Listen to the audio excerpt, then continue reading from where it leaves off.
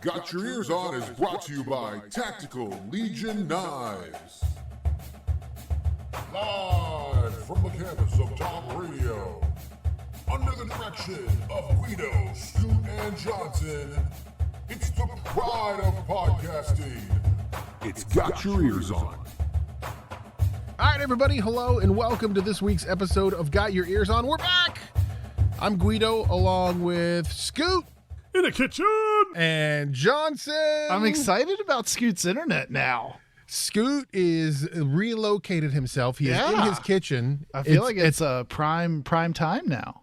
Yes. I mean, it's like the kitchen sessions with Scooty. Yes. You've heard the fireside chats. This is now, like kitchen easy island access to the sesh. cheese. I know, easy access to the cheese. Like Scoot right now is loving this because he needs some cheese. He just turns around, That's gets the right. cheese. Bam. Yeah, Right might out the be fridge. His new studio in the making, maybe. I like this. Johnson and I try to do these professional looking, cool podcast studios. Scoot sitting in his kitchen. Right in the kitchen. 35 degrees. 35 degrees, rocking and rolling in the freezer. So guys, I guess the big news since we've last talked to everybody is Tasmanator, the Tasmanator, Taz Sherman. I don't know. It's not very good. Yeah, we don't want to really. I mean, I guess that was Fran was pretty excited about that, so he'll be happy to know that the Tasmanian Devil's back because he'll get to use all that shtick again, right? So Taz Sherman decides to return and play another year at WVU, changes the scene a little bit. I think we all, myself included, did not think that Taz was one of the people who would return. Taz was one of the guys I said, oh, he's not coming back. No, he's played a lot of basketball for not getting paid. Maybe he'll go to Europe and get paid. But no, he's decided to come back and do his whatever, extra year of eligibility is. Does this, Scooty, change your overall perception of the direction this team is heading? Not really, in the sense that I'm glad he's coming back. However, of all of the guys that are leaving, he was probably fifth on my list of people I'd rather see come back as far as impacting the team. I'd like to see them all come back, but as far as having an impact on the team, I would put Taz maybe fourth, above Jordan McCabe. Just above. So Emmett Matthews above Taz Sherman? Yes. He's got I think Emmett Matthews defensively and offensively overall has a more impactful game.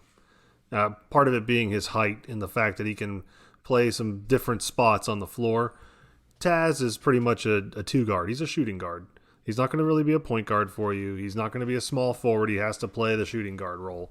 So, while it's important that we have a shooting guard, I much rather would have seen McNeil commit to coming back. So, as we stand right now, we still don't know, that as we record, we don't know the details or the final decisions of Miles McBride and Sean McNeil. Those are still out in the whatever world of we're waiting for you to decide. I do know that Miles McBride was asked to go to the NBA Combine, which is now a thing. So everybody, Major League Baseball is now doing a Combine, and the NBA does a Combine because the NFL has such success with it.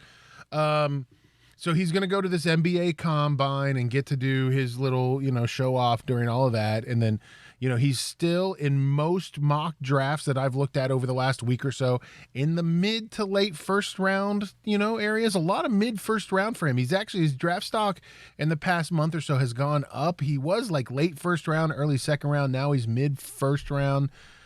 On the other hand, you have Sean McNeil Johnson, who hasn't really said anything and hasn't really shown up on any NBA radars. Yeah, and that's, I think, the most surprising thing about why we haven't heard anything, because I would think if you're getting this kind of write-up like Deuces, and you're right, I've been reading the same thing, so they were kind of comparing it to, I think Javon went number 32 when the Grizzlies drafted him. I've seen Deuce anywhere from 30 to 37, something like that. But when you're reading this stuff, you never read, and Sean McNeil is placing, or at least I haven't seen. Let me preface it that way. But when I'm following up on these things, I don't necessarily see that for Sean McNeil. So to me, yeah, it seems odd that we're not hearing any news. Kind of like Scoot was saying on the last show when we recorded. Like, why wouldn't you just go ahead and say, "Hey, I'm in. I'm good. Like, let's do this." Especially now with Taz coming back, maybe that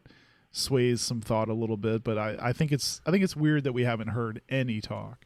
And if you're Sean McNeil, Scooty, like, what are your options at this point? Like, it's June, mid-June, NBA drafts in a couple of weeks. You haven't committed to going to the NBA 100%. You haven't committed to come back to your school 100%. At what point does it, where are his options? Like, what does he do from this point? That's a good question. I don't know. I'm sure WVU would take him back if he said, "Hey, you know what? I know I stuck out there a while, and I just wanted to see if I could squeeze any ounce of NBA out of me." I don't know. I mean, I think he's best suited for Europe, maybe the G League. I just don't see, what he's trying to achieve by this. Like, I would think you would have made that decision by now. Yeah, and it makes me wonder with. I wasn't really familiar with the dating on the combine. So with the combine set for the end of June here, I think it's 21st through the 27th. Do we think that, a guy like Sean goes, works out, gets that final feedback, then we hear something? I mean, I think then, like maybe in the middle of that week, if you're finally getting that piece of feedback or something, it still seems odd, but maybe that's when that happens. I don't know. I just wonder if he thinks that he still has a chance, or is this something, and I'm going to go back to my theory, is the roommate theory, that those three guys probably made a deal. Hey, you know what? If you're not coming back, I'm not coming back. And that's Emmett Matthews, Jordan McCabe, and Sean McNeil. That makes me think of one of my favorite Tribe Called Quest albums, Scoot, when you say the roommate theory, because I think of the low end theory. But back on can we just go back on Taz for a second too? Because you said you didn't think it would be as impactful as somebody like Sean coming back, or even an Emmett Matthews. But I think I would like to just challenge that a bit, because we spent all last season watching Taz from a sixth man position many times, multiple times, lead the team in scoring in certain games. And we kind of sat and argued all season, should he be on the court as the fifth starter instead of somebody like a Sean McNeil? So I think it's interesting that you're saying you don't feel like that's such a big impact. To me, when I saw this news, my first thought was Jalen Bridges is probably the happiest person in the world right now, because now he doesn't have to score approximately 62 points per game to make to keep us rolling. I think, you put somebody like Taz automatically injects a ton of the offense that we generated last year. So I think to me that's a huge impact. Here's my question about it, and I think it's great. Like, I think we've said for a few weeks or months now on the podcast that, like, we either need to get Taz or Sean back, and I think if we got one or the other, there would be a balance. Like, there's a nice return to normality for us. But I still don't see in this team, like, who's now running the point? Like, who, so you've got these guys that are returning. I think it's Kedrian Johnson, and that scares me. And I think you're right. Like, I think that's the only option you have is Kedrian Johnson. And I think he's a great defensive player. I think Kedrian Johnson, you look at him as a basketball player, he's a great defensive player, but he's not going to be, I guess I didn't see last year the promise of him being an over-the-top point guard. But we had Jermaine Haley, who was 6'7", running the point a lot of times, and he was a transfer. Do we feel like he was a stopgap because we just didn't have a true point guard, kind of like the de facto point guard? We didn't have anybody else that could really be the point guard, and because of that, we've not really either recruited true point guards. I think I'm with you, Scoot. I think it's for me, I feel like it's more of a development side of things. Like, maybe this is a Huggins defense, Huggins style of coaching thing. There hasn't been a situation where we've developed a true point guard, and we tried it with Miles. We tried it with McCabe, and it's been a challenge. I mean, you had it. Javon Carter was the one kind of standout and all of that, but other than that, who else have we really had in the Huggins era that have been standout point guards? Yeah, well, I think you'd point to like a Jawan Staten, but I think even he was came to us from Dayton. I think we kind of reaped the benefit of that transfer. So I mean, it's a good point, Scoot. I think Haley probably was a stopgap in that whole process. Well, I mean, it's kind of telling to me that, and maybe it's just the lack of depth we have as far as good passing guards, but when I think of the good passers on our team, I'm thinking Gabe Osaboyan, I'm thinking Derek Culver, I'm thinking like all of a sudden like the big men and their passing ability stands out to me because I think we don't have a guard that passes as well as we'd like. Yeah, I think we've talked about that before, and I would tend to agree. It's weird that the big men are the better. Not that you don't see big men as consistent good passers, but on our team, that seems like it's always the case. That you're not pointing to guards for those. So it's interesting what's happening. I mean, obviously still developing. We probably have a couple of weeks left to figure out what's really going to happen with who's returning and who's not on this team, Johnson. Well, I think it's interesting. Just before we leave that, we all follow John Rothstein, who's always writing about college basketball. And don't you think it's interesting, just again to the impact of Taz Sherman? I think before Taz's news, I'm not really sure where we were ranked in the Rothstein 45. He kind of posts his lists of teams to watch for the next season. After Taz comes back with his news, he bumps us all the way up to 14th. So we're sitting here talking about like where we think points are going to come from, and so you got a guy like Rothstein ranking as 14th. I think it just shows that we're three guys sitting here. I think now we certainly weren't expecting Taz to come back. We're probably without polling you two, I think I can safely probably say that we're three folks that are still not expecting any of these guys to come back. And I have to think when I read somebody like Rothstein's tweet and other folks that are now ranking us up in the upper kind of tier of teams, they've got to be thinking that or assuming that some of these other guys are still making their way back to this roster. And maybe we have underestimated a guy like Malik Curry who's transferring in. Perhaps we're underselling Kobe Johnson or Seth Wilson. They're to us unknown entities, but maybe in the AAU circuits and in some of the recruiting circles, these guys could be Daxter Miles and Javon Carter types that we just don't really know much about. So I don't know. I mean, it's possible. Well, and Scoot, like when you think about like basketball is one of the different than any other sport, I think, in a lot of ways, because it's only 5 guys on the court and because it's such a small sort of knit team, like having a transfer that may fit better, may change the team's dynamic drastically. Unlike baseball or football, like basketball is one of those sports where like if Malik Curry comes in and he fits and he changes the team's dynamic, it could make a big change to the team. Right, and that's something we haven't heard too much out of practices yet. They've just started to kind of get back together on campus with some of the freshmen that are now on campus for the summer. So we really haven't heard too much yet. Yeah, and that's interesting too, Scoot, because WVU basketball tweeted out a back to work photo, and I immediately scoured. I'm like zooming in. I'm trying to get my 2 fingers moving the phone to see. Okay, I think I see. Is that Senny Njai? Is that Taj Thweet? Right. And Taj Thweet. Who do I see? Built like I mean, he looks like the oldest freshman I've ever seen in my life, and he was pretty much a redshirt freshman for us. I gotta believe that we can maybe squeeze something out of his physique to do well with the basketball. The kid's put together. He looks like a guy that would start for a lot of programs.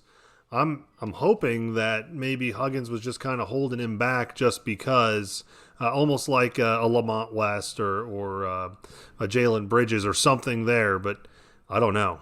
So sticking with basketball and basketball recruiting, guys, couple of interesting WVU. Like Huggins has gone international recruiting lately, and it's kind of interesting. Scoot and I are gonna like this one. I mean, it's super international. So you've got, and I'm not doing names, guys. You guys are up on names. Like I'm not gonna try these names, but you've got two guys. One guy who's French. He's Scoot French big man. C'est bon. Is it, Scoot? Give me the name. Christ. What was his layout? Esendoko. Esendoko. He plays at Winston-Salem Prep, and he's gotten offers from pretty much everybody. You know, where standard, classic Winston Prep, where you find all your French big men. I mean, right. I mean, come on, that's just right. So everybody he's knows big guy. 2022 guy coming in. He's one guy, and then you've got another commit, David Tubek, who is from the South Sudan. Another, forward, 6'8", 210-pound, big guy. A lot of struggles in the South Sudan. A lot of struggles in the South Sudan. I'm looking to get out. So, I mean, I just think it's, Huggins taking on the international recruits lately. He does well. And I'll be honest with you, I feel, and this sounds crazy to me, but I do feel that West Virginia sells itself well to international students and athletes. Having coached several foreign exchange students in my time, I know that when they came here, a lot of them, West Virginia is not what they think they're getting. Like when you say you're going to go to America for school, West Virginia is not what you're thinking. Like you're thinking New York City, Los Angeles, Miami. Those are the places you think you're going to go. And then when you find out that you're going to West Virginia, roughly an hour south of anything worth talking about and an hour north worth anything talking about, you're probably thinking, where did I go wrong? And I really miss my mom and dad. Well, Scooty sometimes says things, and I feel like people are just hitting the unsubscribe button on our podcast. Well, it's very Connecticut, right? Every once in a while, Scoot goes full like where I'm from. This is where I'm from. There are things. There's no thing in West Virginia. Where I'm living right now, not here. There's not a lot going on. So, I think that the people though I'm coming around. Give me a chance. I didn't get to the point yet. I know where you're going. I'm you're pulling going. it Go in, ahead, folks. If you're listening, he's pulling it in. He's pulling the it people in. Yeah. of West Virginia make it where when once the kids kind of settle in and they kind of get rid of some of that homesickness, they really do seem to adopt some of these students, the West Virginians do, and the kids love it here. Some of my former players that have come from overseas, from Europe and from Mexico, they come back and visit all the time because they had such a good time here. And it's so opposite of what they thought they were going to go to, but the welcome feeling that they had when they were here and how West Virginians kind of just take them in as their own, especially when you're a student at WVU. Good grief. You say that you're going to go drive by the Coliseum and you're a recruit. People are like, welcome home. Like, you're just driving by the place. You're not even going in to get recruited, but you might just be driving by. People are like all over you on Twitter and on social media. So it's a welcome place. Scoot brought it home with the good people route. I like it. That was good. No, and you're absolutely right, Scooty. Because like you go out there on Twitter right now with these. I mean, it's on the football and the basketball side. You go out there on Twitter. Now the visits are back. Yeah. Now that the visits are back, like, I mean, you see the difference. You definitely see the difference. And I do agree with you. Like, I think that's like, West Virginia has always done well at selling itself, the people. And I think, and it's the same with basketball. We say it a lot with football, but we don't say it enough with basketball. We talk a lot about football. There's no professional teams in West Virginia, so WVU football is like our professional team. Well, the same is true with the basketball team. Like, there's no professional basketball even close. I mean, there's professional basketball is further away than NFL Washington, football is. Washington, D.C., Philadelphia, Cleveland. Yeah. And I think it's the same situation where, like, it's a, you come to West Virginia, you become a star and everybody treats you well and they treat, and so I hope that's always kind of helped our recruiting. I mean, even in the Beeline days, even in the Catlett days. The unfortunate part is it sometimes takes a while, right? So it's not I don't know that West Virginia is an instant sell. Like to say I'm being recruited by West Virginia and you're some Norwegian guy, like that's probably not, like, people in Norway are thinking like, I don't even know what you're talking about. But it's true. But when they get here and they've spent a little bit of time on campus or they spent a little bit of time on social media talking about it, people like really warm up to them. And I think that the on-campus recruiting visits have helped that tremendously. Now, here's my question to both of you, without researching it. Who was the last French player to play basketball for WVU? The last French player. This should be a Bluff the Fluffs. Wow, that should have been a Bluff the Fluffs question. I have a guess, but I don't want to stick my foot in my mouth, so I might just keep it to myself. No idea. Guido, what do you can't think of anybody who, at least, I can't think of anybody. I mean, we know it's not Brent Solheim. He's from Minnesota. He's a Swedish meatball. What, Scoot? Who is it then? What do you got? Remy Debo. Oh, Remy Debo. That wasn't Remy the name I was Debo, thinking, yes. but okay. Sable. Yeah. Fortois. What years were Remy Debo? My thought, I'm going to say 15, maybe 2015, well, it was pretty recent, 16. right? It was in the last couple of years. Yeah, right. Yeah. So it's interesting. I mean, WVU basketball still coming together. Really quick, some other notes, Johnson, about WVU basketball. And I don't know what my feeling is on this. Joe Mazzulla, former WVU standout, head coach at Fairmont State for a couple of years, has been an assistant coach for the Celtics for the past 2 years, and is interviewing for the new Celtics NBA head coaching job. Yeah, I mean, I think we saw this story that's something that he's certainly a fan favorite, one of our own. I think he's been in the Boston Celtics organization now for a couple years after leaving Fairmont State, right? So it's no surprise to me that he's getting a look. I guess I don't want to be cynical. I don't want to be like the cynical West Virginia sports guy, but when I first read this, I thought, is he really getting a look, or is this just one of those things where they're like, feeling out who else is in the potential field of coaching possibilities? That just seems like such a huge job to be that quickly elevated into. Now, having said that, that would be amazing. Well, Scooty and I had this conversation offline over text, and it's one of those things where, Scoot, the NBA can be weird sometimes. Yeah, it's a weird place in the sense that a lot of times your coaches aren't necessarily the traditional people you would think would be coaches, former NBA players or even former stars. Now, they do sometimes work out that way, but if you look at the Miami Heat, and I would say that the Miami Heat in the last 10 to 15 years have been fairly successful franchise. Their head coach, Eric Spoelstra, started out as the video guy.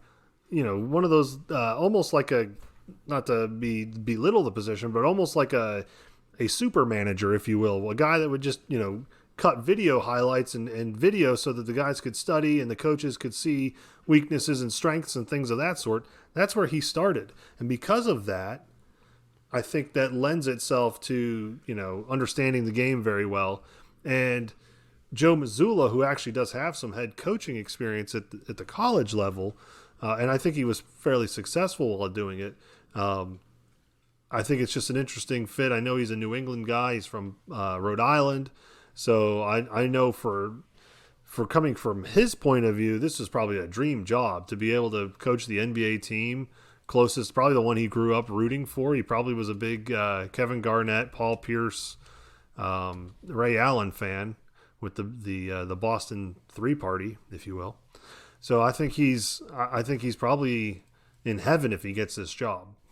Yeah, and what's funny is, and if you don't follow the NBA, Danny Ainge stepping down as president of the Celtics, and Brad Stevens, the current head coach, is moving into that position. And what's interesting about it is, we picked up the Joe Mazzulla thing from SI Nation, the Mountaineers in the pros kind of section, and we saw that. But it's also, I'm in the Boston area, so Fan Nation, a bunch of other, the Globe, a bunch of other places up here have talked about Joe Mazzulla in this position. So it's really interesting to see, that happen for a WVU guy. Yeah, that's cool. Yeah, so it's one of those things we'll have to follow. Well, and I think we've talked about this here on the show, but in a lot of ways, when we've talked about life after Bob Huggins, his name has been thrown out by all three of us at some point or another, talking about, is there a possibility where a guy like Joe Mazzulla comes back to coach? He's got the coaching experience. I know that we would love to see, like a Joe Mazzulla, Darius Nichols, Deshaun Butler, James Long, even some of these guys that are former players that have played for Hugs. Rob Summers is coaching at Cleveland State. So, I mean, we've got a little bit of a coaching tree in the sense that they're not necessarily former coaches with Hugs, but they're former players of Hugs now coaching. Yeah, sure. Yeah. Well, and you can easily, it's people that you could easily see moving into that type of position. A Darius Nichols, a Joe Mazzulla, the list I mean, those are all guys you could see. It would make sense, and it would make sense from a fan standpoint. They would get a warm. Well, it would. To me, there wouldn't be a ton of debate. People would embrace it. Could you imagine if Deshaun or Jawan Staten or Darius Nichols or some of these guys that they're kind of from the, I don't want to say the glory years, but the stretch there with Beeline, since Beeline, that group of players, I think that you would have a very warm welcome for those guys. Yeah, me too. No doubt. Yeah, it would totally be fun. So good luck to Joe Mazzulla in that. We'll obviously keep an eyes on that. Guys, in other WVU basketball news, something else to talk about, a couple more things to talk about, but one of the other things, schedule's starting to come together. At least the non-conference early season schedule has come together. And I think, on top of the Charleston Classic, and it is a classic, obviously we're playing Pitt again in November, which is fun. But one of the big things, Johnson, to have come out of the news for the non-conference schedule is UConn coming to the Coliseum on December 8th to play the Mountaineers in the Big East Big 12 battle. Yeah, Scoot, I love this. I mean, to be honest with you, there's a very short list for this Big East Big 12 battle that we've been in. I mean, St. John's was kind of on the margin of like one of those teams I was super happy to play with. I think Georgetown, UConn, there's like a short list. So when I saw this, oh man, I was totally pumped, and I'm really looking forward to it. I think it'll be one of those sellout games at the Coliseum, feel like an old Big East game. So with UConn now settling in with Dan Hurley, who kind of took over in an awkward way for Kevin Ollie, who Kevin Ollie was like one of Connecticut's favorite sons, and the fact that he kind of went out with some recruiting issues really left a poor taste, and it really left UConn basketball in a big mess. So Dan Hurley's working hard to rebuild that, and they're kind of an upstart Big East team. I think that they've got a bright future, and so it should be a good matchup. I can tell you this, fellas. I once went to a UConn WVU game. Okay, this is prior to my WVU allegiance, fandom, if you will. I wore a UConn sweatshirt. I got a lot of middle fingers. A lot of middle fingers. As you should have. It was a little awkward and very uncomfortable. Did you one day think that you'd be aligning yourselves with these people that were giving you the bird? Well, yes and no. Only in the sense that I had a connection to WVU or to West Virginia. I don't know that at the time I wasn't thinking, man, I'm one of them. I'm going to be one of them. But I was catching a lot of one finger waves. Are you one of them now, Scoot? I think I am. I mean, you're a convert. I've got a master's degree. I've got a rooting interest. Yeah, I think I am. Well, this feels good, Guido. This is like, thank you just to the basketball gods. Give me something, to feast on before we get into that just, buzzsaw of the Big 12 conference, and not only the quality teams, but then having to try and care about playing against people like Iowa State and stuff like that. So this is great. When I read this, I'm just so happy that we still get bits and pieces. Can't of wait this to here. play in the octagon of doom. right. And historic Gallagher-Iba Arena. So historic. Well, as the other non-conference games go, that you release the whole schedule, it's it's hit or miss. There's some interesting. I mean, we're doing the Radford thing again, which we did about 5 years ago. Well, and that is Darius. Yes, that's right? Darius is going to be coaching that team, so that'll be fun. Yeah. That'll be fun on that game. Youngstown State again, who I think we've had a home and away with Youngstown State for the past 6 years. Oakland, we play Oakland again, which I feel like we just kind of cycle through every 3 or 4 years. Some of these mid-majors that Huggins has got to be tight with a lot of the coaching staffs or somebody in that, and yeah.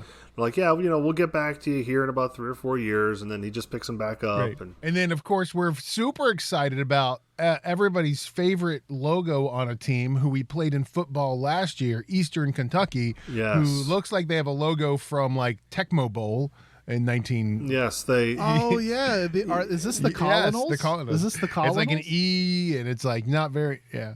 Then we're playing a team I've never heard of before on November 30th. We're playing Bellarmine.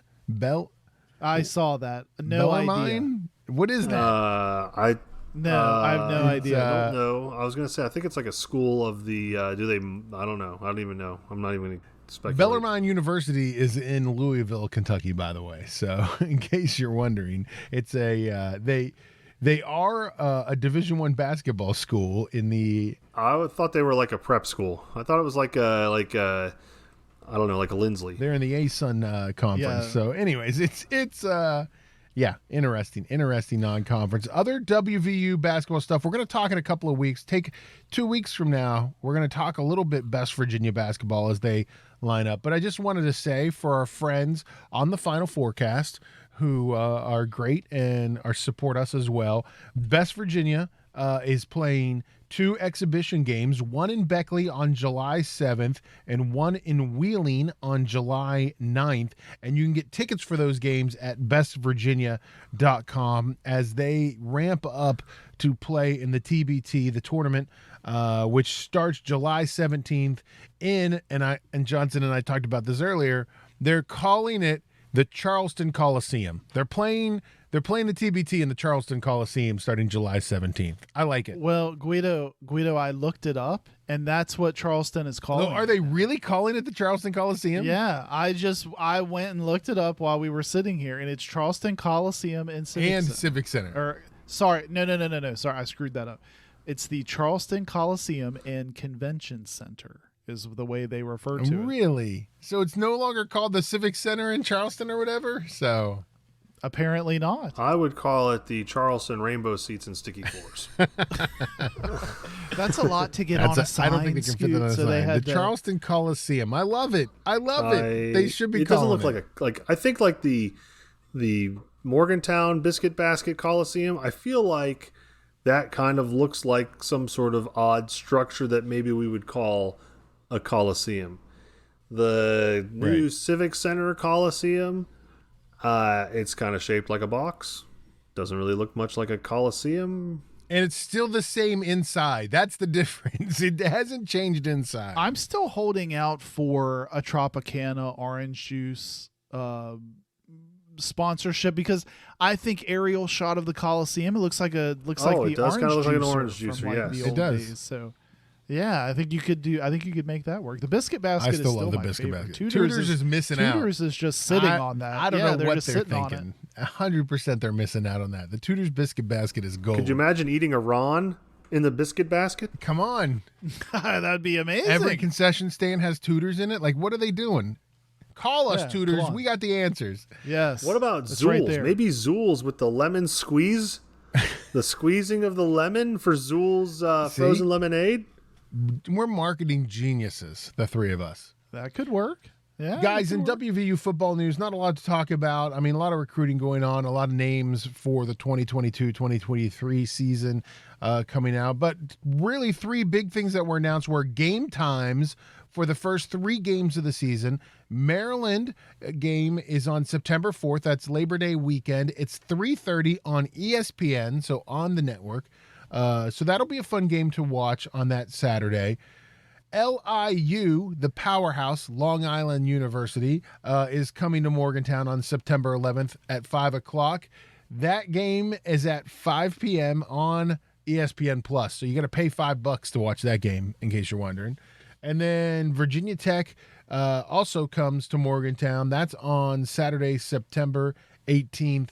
That game's at noon. It's on Fox Sports 1. Homecoming was announced for October 2nd as well, Texas Tech. And Guido, people on Twitter kind of lost their mind on the Virginia Tech time, the game time set for noon. I think everyone agreed that you're finally going to get this game, make that an night game in Morgantown, so that noon time came out and people were just losing it on Twitter. And at first I was like, what's the big deal? And then the more I thought about it, I was like, yeah, man, what an opportunity missed. I think that game 5 years ago is a primetime game. If you're thinking from the television, ESPN, Fox, those places are what dictates these times. ABC, CBS.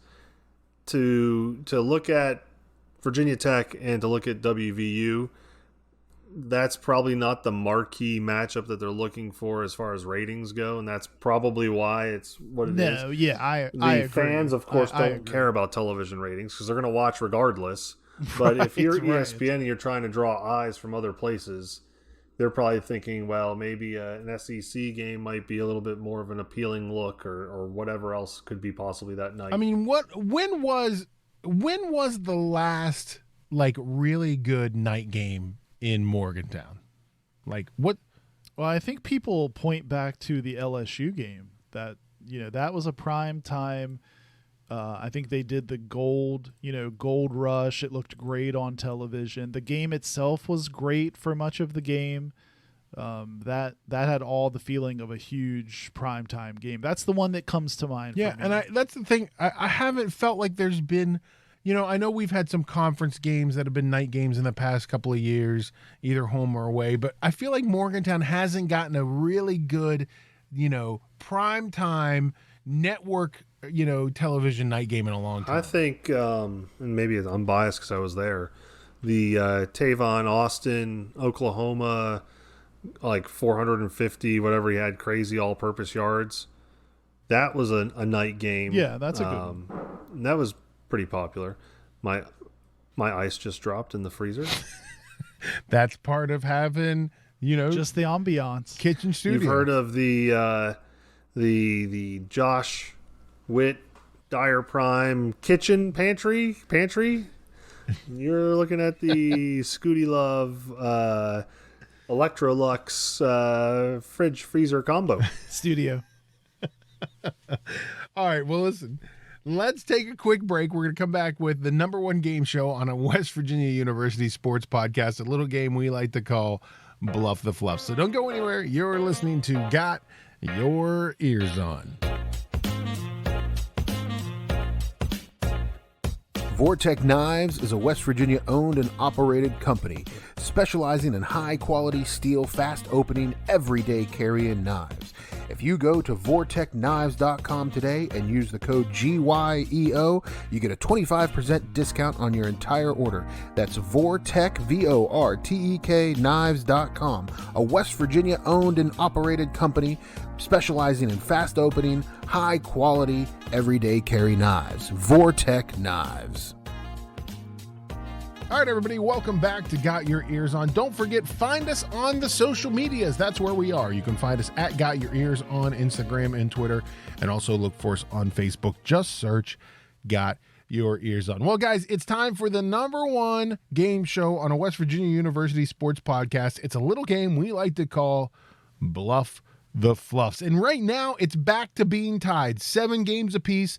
Johnson won last time talking about chicken sandwiches because we knew Johnson knew more about chicken sandwiches than Scoot. I mean, that's just a fact. Yeah, I mean, come on. Fact. Right? Fact. Hashtag. By the way, fact. Since we did that, I really believe that Taco Bell was listening to our podcast because since we did that last episode, Taco Bell has brought back the naked chicken chalupa in the past 2 weeks. Like, So somebody somebody had to have been listening. I mean, we are movers and shakers in the chicken sandwich world. We are. I moved and had a piece of Colby Jack on my chicken sandwich from Chick-fil-A the other day. Ooh, fancy. Did they look at you odd? Did like Blaine with the iPad in the drive-through was like, "You want what, sir?" You give me Like, some options. I'm gonna take you up on it. I like the cheese on the chicken sandwich at Chick-fil-A. Anyway, enough chicken sandwich talk. We'll save that. Maybe we'll just do it. Maybe we'll just start doing a podcast about chicken sandwiches, guys. Johnson would be in heaven. What would you call that? What would you call that podcast, Scoot? that podcast would be called Bagoff. Fair and foul. Oh, that's good, Scoot. Actually, I like that a lot. That should also be the name of our baseball podcast. It could be a podcast Yes. about baseball And chicken. and chicken sandwiches. And chicken Somebody dial sandwiches. Cloney right That's now. a hit. Somebody call him up. That's a hit right there. Come on. All right. So this week, we're tied up right now. Johnson and Scoot tied 7 games apiece right now.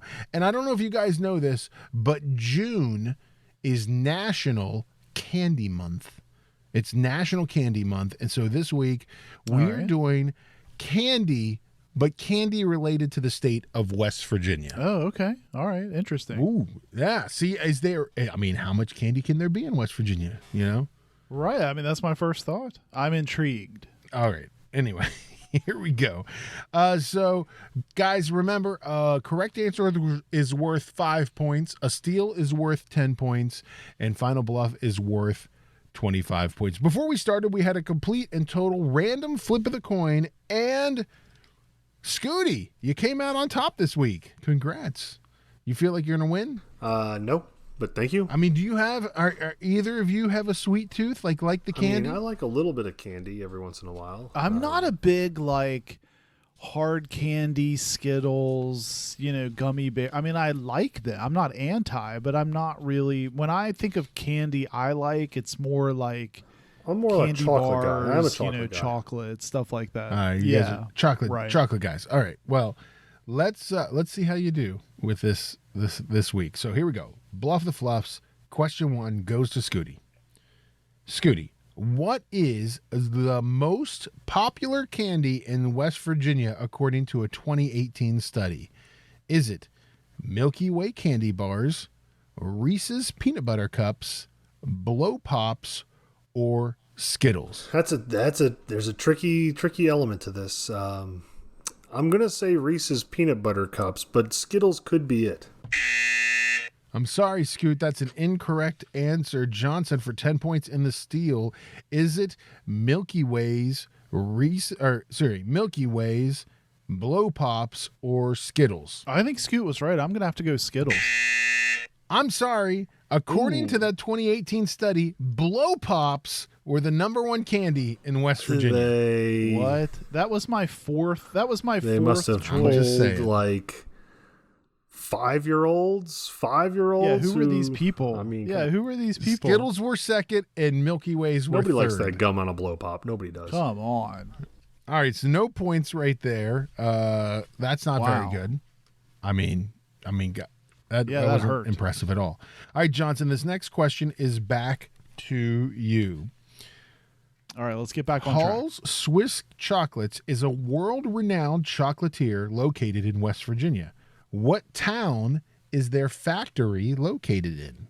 Is it Charleston, Ivydale, Vienna, or Helvetia? Oh, you really threw some in there this time, didn't you? I'm going to go with Vienna. That's correct. Hall's Swiss Chocolates are located in Vienna, West Virginia, and you can order them online. Just go to their website, hallswisschocolates.com. Congratulations, Nice. Johnson. 5 points right there. Scooty, this next question is back to you. True Treats is in Harper's Ferry. It's a very famous candy store. And what are they known for? Are they known for being the oldest candy store in the nation? Are they known for making and selling pre-1900s candy? That they sell 50 different types of peanut brittle? Or that they sell candy only made from West Virginia products? I am going to go with, was it prior to 1950? Is that the year? 1900. 1900. I'm going with that one. That's correct. They make and sell candy that was designed or was popular pre-1900. So congratulations, Scoot. Can only imagine it's delicious. You get 5 points on that one. And so we're all tied up, 5 points apiece. Johnson, this next question is back to you. What candy was named the least popular Halloween candy in West Virginia in 2020? Was it candy corn, dots, almond joy, or pixie sticks? Well, I already struck out big time on blow pop ranking. So when I think of my ranking here, I have one in mind. I'm going to go opposite of that. And I'm going to choose almond joy. I'm sorry, that's incorrect. Who are these people? Almond joy is not one of them. Scooty, least popular Halloween candy in West Virginia. My feedback when I talk to folks about their candy, I get a lot of static. This is a thing you do about candy corn. Candy corn, not popular. That's correct. Candy corn is the least popular candy in the state of West Virginia, and Scooty gets the steal right there. It takes the lead 15-5 over Johnson. Wow, Scoot, you know. Well, now I mean, I wasn't angry at candy corn. Now I am, because it just cost me 10 points. Candy corn. I like candy corn myself. I do too. I don't What's mind a wrong with candy it? corn. You know what I don't like about candy corn though is like it's it's always when you trick or treat, it's always like the person packaged it, like it doesn't come in like a pre-packaged candy corn. Like somebody took it and they put it in a Ziploc bag and then put it in so they touched your candy corn before you ate your candy corn. I would never have that. But I feel the candy corn can only be enjoyed in the month of October. Maybe November 1st because you're the day after Halloween, but like not any other. Now, you argue that these jelly beans, this weird, I don't know, fetish you have with jelly beans, is a thing that you try to push on people past April, which nobody does. I like a good gourmet jelly bean, Scoot. Nobody says, hey, you know what? I could go for some jelly beans.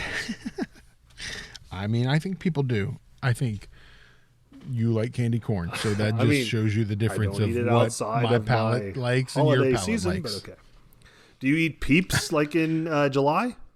No, exactly. I don't eat Peeps at Easter either. I don't like Peeps. Peeps, and is there any questions about circus peanuts? Because those are gross as well. No questions. You know what I like? I like orange slices. Orange slices are good. Johnson's losing it. Johnson's like, well, okay, now we're going to the candy depths right now. Bring us back. Bring us back, Guido. Bring us back. All right, here we go. Next question, Scooty. This question's back to you. Traditional Appalachian pull candy, which is sometimes called Joe candy, is a type of taffy that has had recipes passed down from families to families over generations in West Virginia. To make Appalachian pull taffy, you have to have a metal hook. You pull the taffy on the metal hook outside in your backyard. Historically, what does the outdoor temperature need to be to make Appalachian pull candy? Is it 25 to 50 degrees, 50 to 75 degrees, 75 plus, or freezing? Well, it's a good question. Typically, when I'm pulling my taffy, I like to do it in the warmer months. So I'm going to go with near freezing. How about that? Bam, near freezing. Thought I'd trick you. I thought I was trying to like. Correct.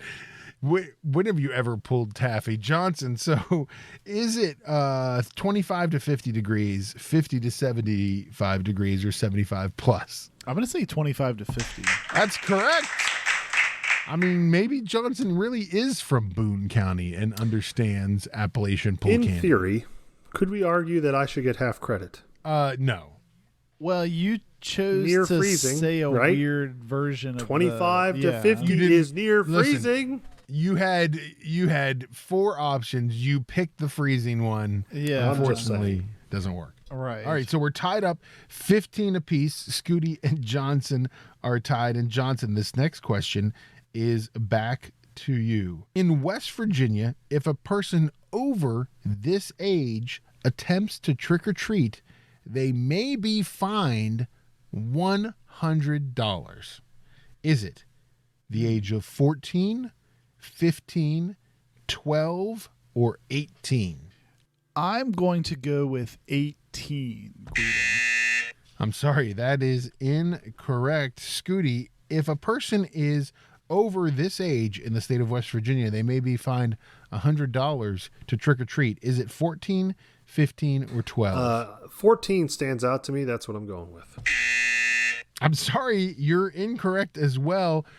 It's 12. You cannot trick or treat What? over the age of 12 in the state of West Virginia. You may be fined $100. I feel like I see 13 to 15-year-olds still trick-or-treating every Halloween. May have, What's now, going on? I was in Vermont at the time, may have gone trick-or-treating at age 19.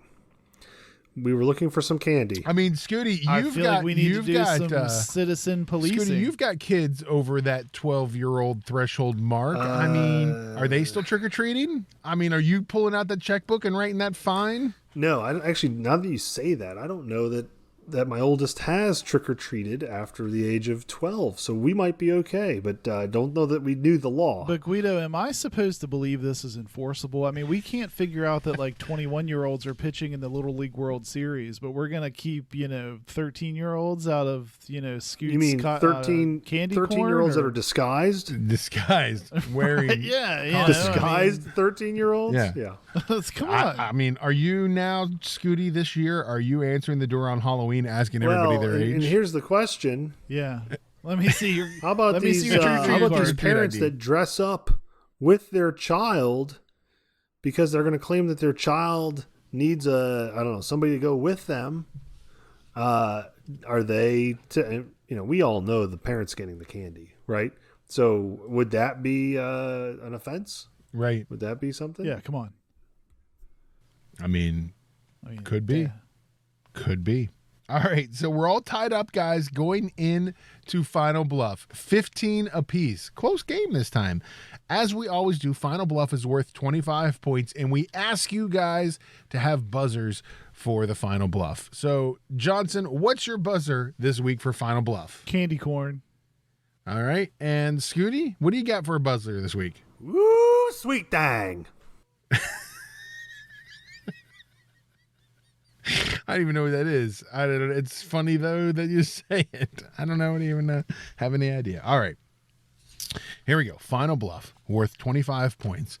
This is for the win, and we're gonna see if somebody gets the answer until we get it right. We talked about them earlier. True Treats in Harper's Ferry is a historically accurate candy shop in Harper's Ferry. They make candies that are made or were popular pre-1900. Which one of these is not an item that they sell? All right. Which one of these is not an item that they sell? Hickory bark, a sweet bark, hickory bark, the sweet bark of a hickory tree, butter mints, peppermint candy with salt and butter, ramp taffy, saltwater style taffy flavored with the wild, wonderful West Virginia onions, or bag of assorted roasted bugs. Candy corn. All right, Johnson, for 25 points and the win. Which one is it? I'm overthinking this, but I'm going to go with ramp taffy. That's correct. Ramp taffy is not something that they actually sell there, which I personally feel would be a phenomenal item for them to add. Yeah, or me create. too. I'm just thinking, Scoot, where the rivers come to that confluence at Harper's Ferry, there's no salt water, so that one doesn't make sense to me. Fair So- enough. Fair enough. But I mean, come on, bag of bugs was a close second, Bag of right? bugs I mean, is something that they actually sell. Roasted bugs. Bag of roasted bugs. They actually sell there. Scoot, are you getting next time you're in Harper's Ferry? Are you grabbing a bag no. of bugs? That's a big no. I mean, I bet they're like a delicacy though. in some places. That is crazy. I mean, I will give $5 to see Scooty eat a bag of Not bugs. happening. Yeah, I feel like I'd want to see that. I feel like it's worth it. Not happening, fellas. All right. Well, listen, congratulations, Johnson, on the win. You pull it off, and you now, for the first time in 2021, take the lead in Bluff the Fluffs. Johnson now leads 8-7 over Scoot. Johnson, how do you feel? And you didn't think that was going to happen, did you, Scoot? Look out. No, I did not think, but when I think of candy, I think nobody else other than Johnson. Okay. All right. Okay. I don't know what that means. I don't know what that means either, All but right. I don't either. feel like I'm gonna take it Scoot as a should good be thing, not a nervous. I bad mean, thing. Scoot came out with a big 3-0 lead early on in the season and now has slowly but surely fallen apart, Scooty. Are you going to be able to pull it back together? yeah, I think what I need you to do is I need you to go back and start asking us some of those historic West Virginia University athlete questions so that I can kind of get back on track. Which is odd because 100%, like all the food related ones, Scoot, you've been losing. Yeah. The ones you think Johnson would normally beat you on, like the history of WVU sports from the 1800s, you win those. Yeah, you always grab those. Yeah, I think that's what I'm waiting on, and that's what I've been training for. I mean, I think, to me, I feel like I've pulled off kind of a coup here. Chicken sandwiches and candy, and I win 2 weeks in a row. Come Yeah, on, that's Scoot. true. This is That's your true. wheelhouse. You're hitting me up with the food, and I don't know. We're going to have to do 80s sitcoms pretty soon just to give Scoot a fighting chance. Yes. All right, well, listen, guys, let's take a quick break, and we'll come back with a segment where we let Scooty pull off the restrictors and play on the internet. It's a little segment we like to call I Can't Believe My Ears. So don't go anywhere. You're listening to Got Your Ears On.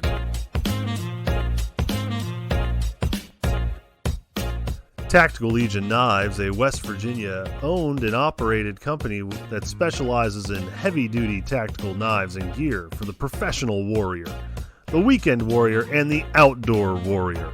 Our products are built tough. For who? For warriors.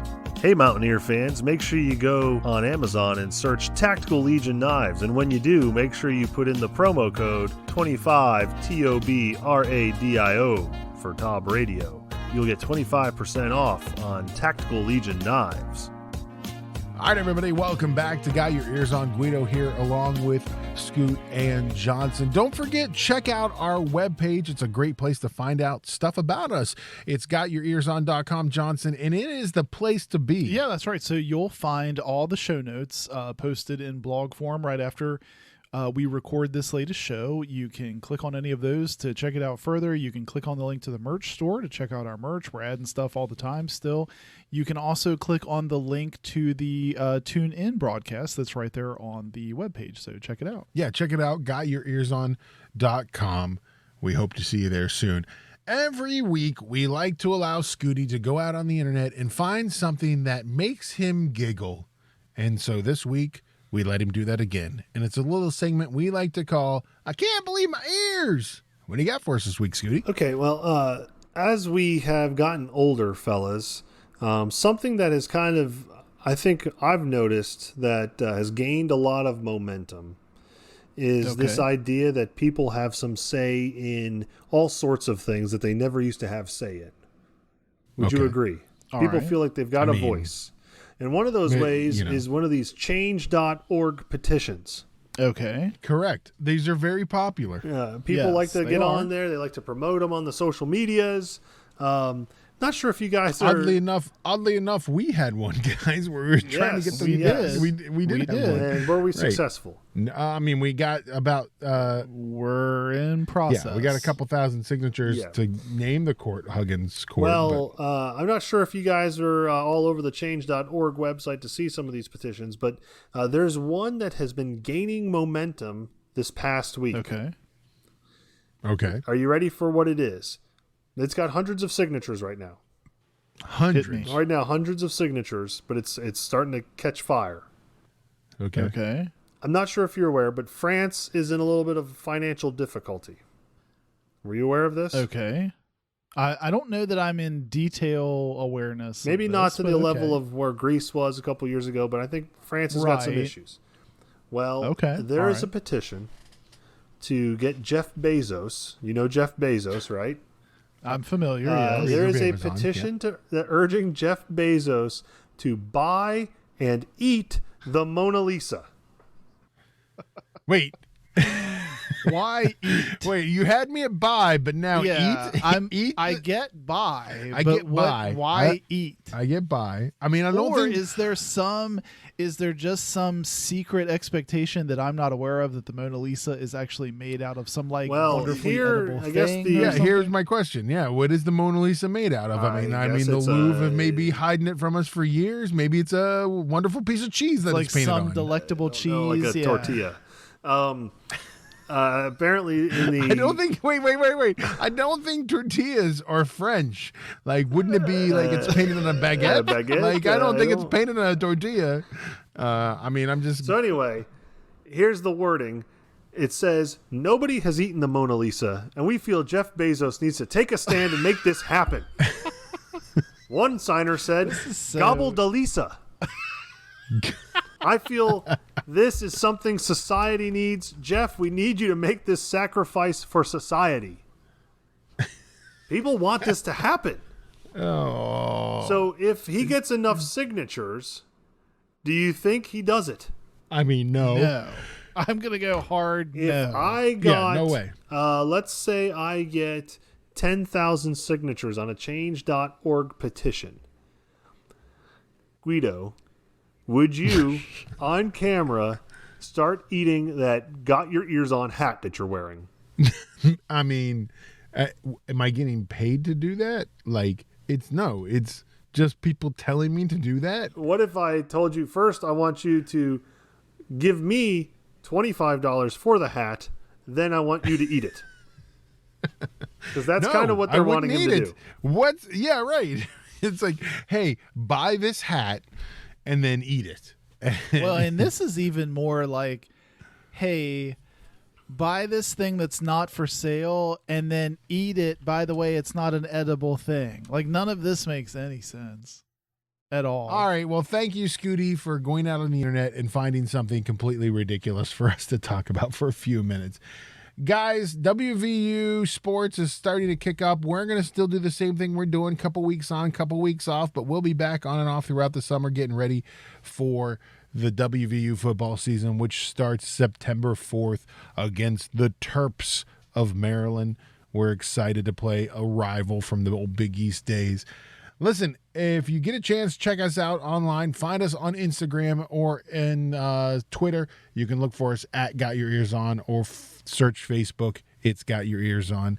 And you can check out our website, gotyourearson.com. All right, guys, we'll see you in a few weeks with another show. Brent Solheim going to be joining us here in a couple of weeks as well. So make sure you tune in for that. We'll follow everything that's happening with WVU basketball. Miles, will he come back? Sean McNeil, will he come back? Shot Robot, we don't know. But we hope to tell you soon, so don't go anywhere. And don't forget, you've been listening to Got Your Eers On.